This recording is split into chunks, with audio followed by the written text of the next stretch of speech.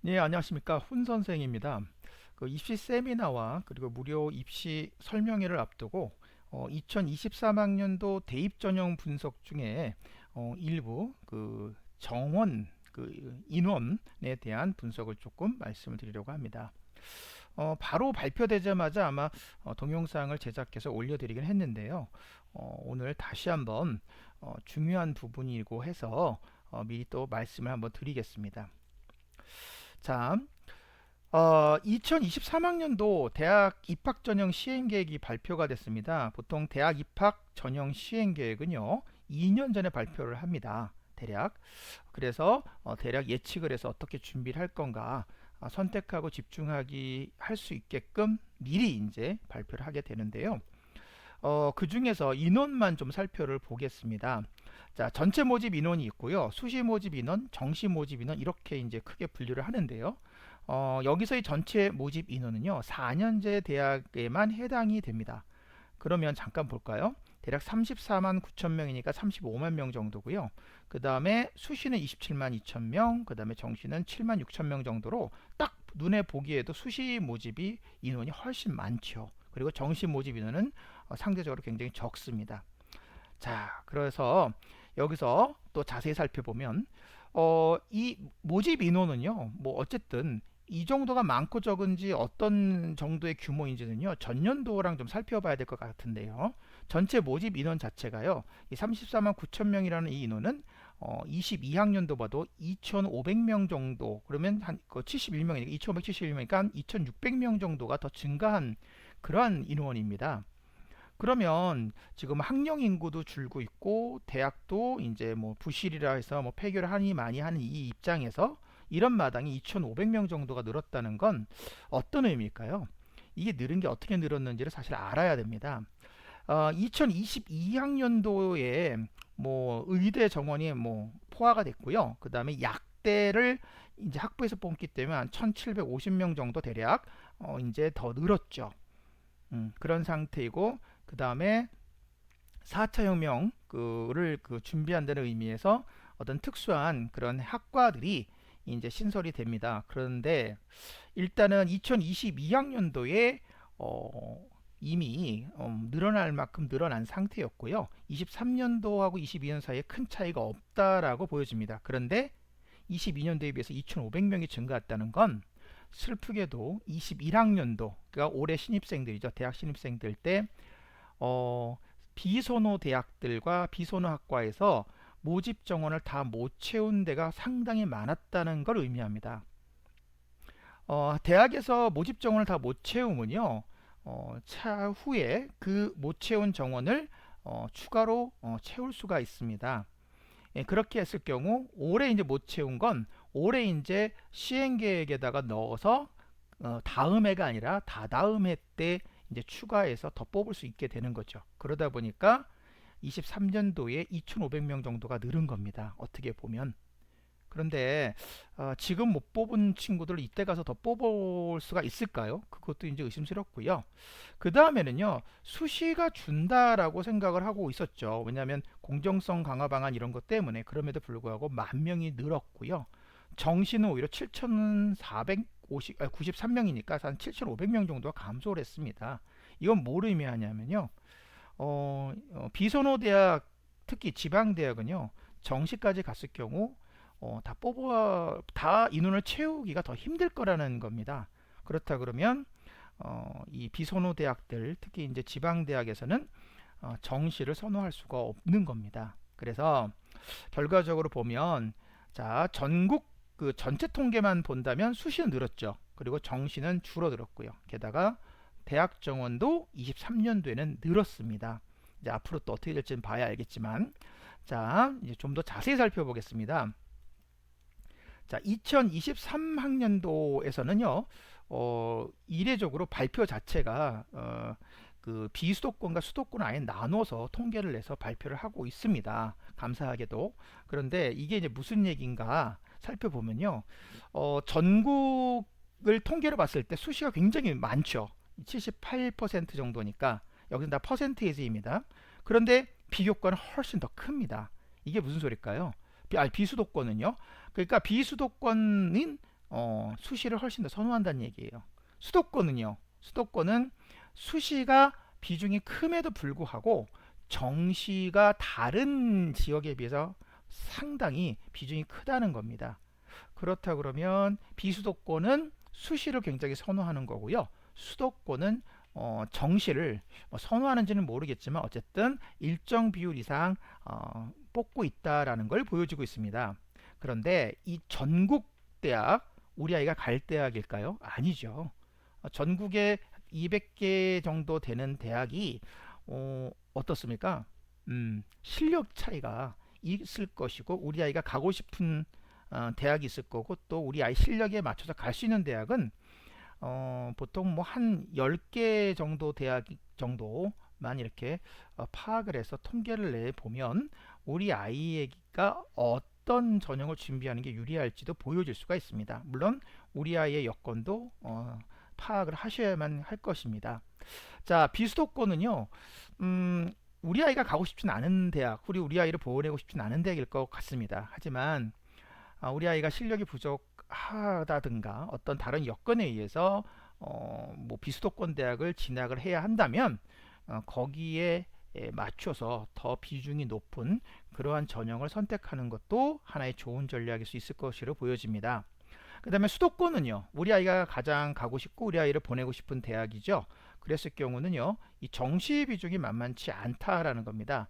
왜냐하면 이 수시가 65%인데 이 안에는요. 교과 전형과 종합 전형 논술이 또 있으니까 어떠한 단일 전형조차도 이 정시 비중만큼은 안 될 가능성이 높다라는 겁니다. 네, 그래서 그런 부분을 좀 염두에 두시고 이제 살펴보셔야 될 것 같습니다. 그래서 결론은요, 우리 아이 수준하고 목표에 따라서 이 뭐랄까 이 통계의 의미가 상당히 다를 수 있다라는 것이고요. 그리고 뭐 어떻게 보면 이런 게 진짜 공평한 게 아닌가라는 생각도 들기조차 합니다. 자, 그 다음에는요, 제가 15개 대학 통계를 여기다가 좀 덧붙였습니다. 그리고 수시와 정시에서 수시를 좀 세분화시켜 봤습니다. 자, 그래서 보시면 알겠지만 수시는 학생부 교과, 학생부 종합 전형, 그리고 논술 전형, 그리고 여기에 이제 실기 특기 전형이 있는데 그거는 이제 논외로 하겠습니다. 그래서 크게 세 개로 나누고요. 그 다음에 정시는 수능 위주의 정시 전형 이렇게 놓고요. 물론 정시에서도요 다른 전형이 이라고 할 수 있는 게 뭐 특기자 전형 같은 뭐 특기 실기 전형이 있는데 그것도 논외로 하겠습니다. 그렇다 그러면 우리 아이가 선택을 하려고 생각하는 고려할 수 있는 것은 학생부 교과, 학생부 종합 전형, 논술 전형 이렇게 수시 세 가지와 그 다음에 수능 위주의 정시 전형 이렇게 네 가지로 나뉠 수 있는 겁니다. 그랬을 때 전국 비중은 비율을 일단 차치해 놓고 이제 우리 아이가 어느 정도 갈 수 있을 건가 생각을 한다면 자, 비수도권, 수도권, 그리고 수도권 안에서 인서울에서 15개 대학 상위 이렇게 한번 통계를 잡아봤습니다.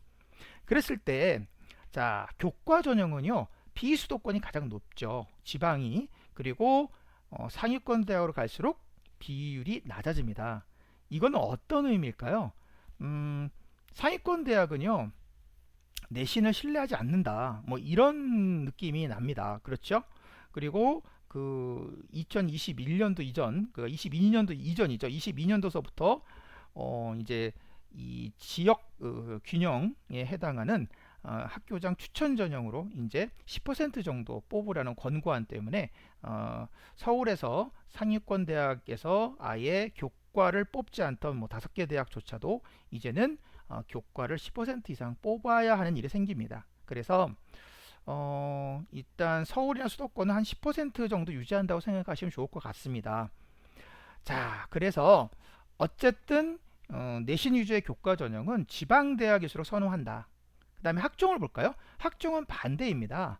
10여 개 대학에서부터 밑으로 내려갈수록 비중이 줄고 있습니다. 이건 무슨 소리일까요?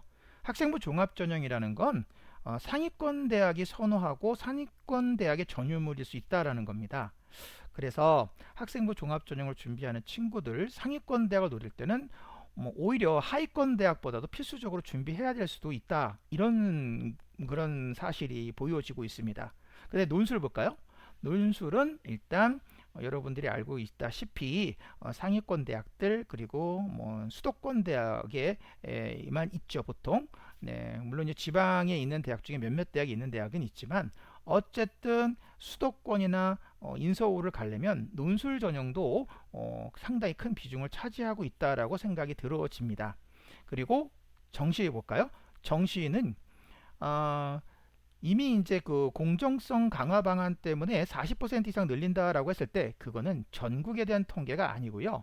제한적입니다. 뭐 그건 무슨 소리냐면 서울에 있는 주요 16개의 대학에 대한 그런 이야기입니다. 그러다 보니까 인서울에 있는 상위권 주요 16개 대학. 자, 그런데 15개 대학 중에 그 16개 대학에 속하지 않는 두 대학이 있습니다. 이화여자대학과 홍익대학입니다. 그러다 보니까 이 두 대학은요, 40%를 맞출 필요가 없습니다. 그래서 뭐 30% 중반, 초중반쯤에 맞춰진다고 생각하시면 됩니다. 그래서 서울에 있는 15개 대학 통계가 정시가 40%가 넘지 않고 39%가 되고 있고요. 하지만 어쨌든 그 정도 수준의 대학을 진학 목표를 하고 있다면 정시 대략 40% 잡고요. 그 다음에 수시에서 2월 되는 인원이 뭐 5% 이상, 근데 그냥 5%를 통상 잡는다 하면 뭐 45%고요. 논술도 9에서 10% 잡으면 대략 논술과 정시를 합친다면 대략 45% 정도, 아니 55% 정도로 절반 이상의 비중을 차지하고 있다라고 할 수 있습니다. 하지만 학종은 수시에서도 또 하나의 그 안에 있는 단일 전형이기 때문에 그 비중이 좀 상대적으로 굉장히 작아질 수밖에 없겠죠. 그렇다 그러면 이 학종하고 논술과 정시를 합쳐서 보는 이런 전형하고 어디를 노릴까를 고민하셔야 될 경우가 있겠습니다. 자, 그래서 꼭 정시가 비중이 늘었어야 정시를 준비해야 된다는 얘기는 아니고요. 논술하고 정시는 같은 방향입니다. 그리고 학종은 정시 논술하고는 좀 반대 방향이죠. 그런데 이제 교과는요. 교과는 내신을 잘 받아야 한다는 측면에서는 교과하고 학종이 한 방향일 것 같지만 교과하고 학종에서의 내신 반영하는 방법이 좀 다르다 보니까 또 다를 수가 있습니다. 오히려 늘어난 교과 11%에서는요. 수능 최저가 있다라는 게 중요한 사실입니다. 그래서 앞으로 교과 전형을 준비를 하던 그렇죠? 논술 정시를 준비하던 수시에서도 이제는 수능 최저가 이 들어가는 일이 비중이 높아졌기 때문에 수능은 상당히 중요합니다. 그리고 정시에서는 뭐 수도권까지도 거의 수능 100%니까 그렇다고 하면 수능 위주의 정시에서는 수능 점수가 절대적인 거죠.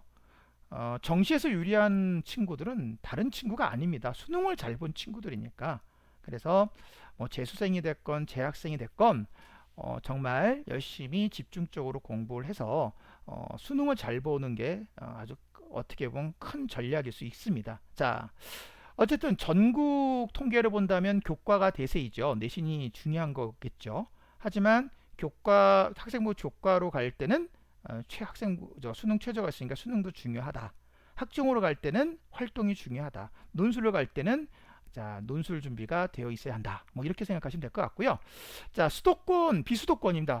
비수도권은 보시면 알겠지만 진짜 교과 전형이 굉장히 큽니다. 그래서 내신만이 살 길이다. 뭐 이렇게 보여지고요.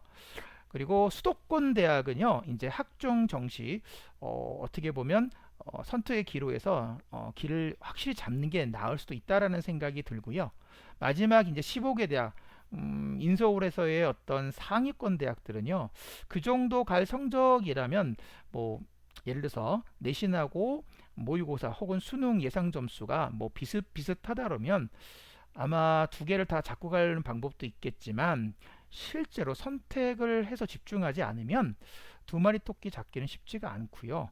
오히려 하나에 집중할 때보다는 좋은 성과가 나오지 않을 수도 있다라는 겁니다. 그래서 자기의 상황과 그 다음에 내가 목표하는 대학에 따라서 정말 전형을 선택하고 집중하는 게 무엇보다 중요하다고 생각이 듭니다. 그래서 정말 선택과 집중, 이게 전략입니다. 그리고 선택과 집중할 때는요, 분명히 객관적인 자기 자신의 실력, 현재 주제 파악과 그 다음에 정확한 전형에서의 어떤 전형에 대한 이해가 필요하다고 생각이 됩니다.